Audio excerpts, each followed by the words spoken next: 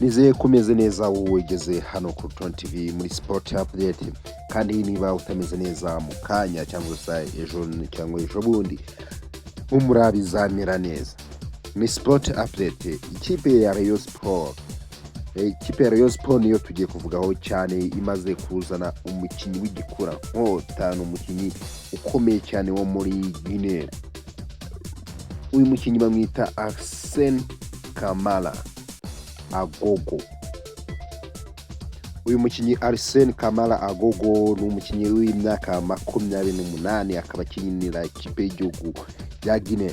Kuri ubu ngubu uyu mukinnyi akaba ari umukinnyi ufite imyaka 28, yavutse ku itariki 4 z'ukwezi kwa mbere 1995. Uyu mukinnyi kuri ubu ngubu yari asanzwe ari umukinnyi w'ikipe yitwa House Agodili, yari ku ntizanyo ivuye muri AS Kowalumu. Uyu mukinnyi rero kuri ubu ngubu ni umukinnyi ukina yataka mu ruhande rwo hagati. Kuri ubu ngubu rero akaba yaje mu ikipe ya Rayonsport, akaba ari we ugiye gusimbura Youssef Rabu wamaze kuba yatandukana n'ikipe ya Rayonsport. Uyu mukinnyi rero kuri ubu ngubu ni umukinnyi ukomeye cyane w'icyatwa nk'uko abafana ba Rayonsport bakomeje kugenda babivuga.